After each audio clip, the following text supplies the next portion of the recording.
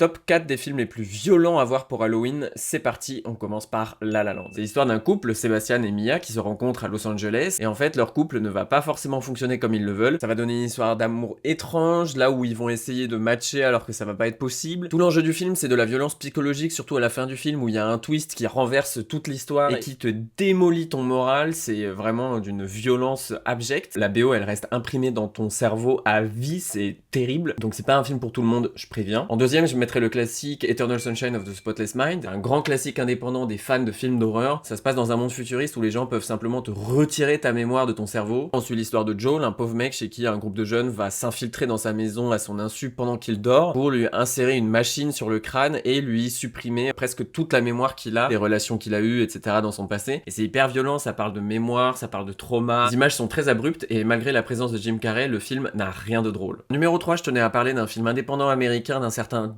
James Cameron qui s'appelle Titanic. C'est un film qui relate de l'histoire vraie d'un bateau qui a véritablement coulé et qui a fait au moins 1 millier de morts. Donc c'est un film qui est excessivement violent sur la représentation de ce naufrage. Alors trigger warning, c'est vraiment gore par moment. Il y a une scène hyper mémorable avec l'hélice du bateau à un moment.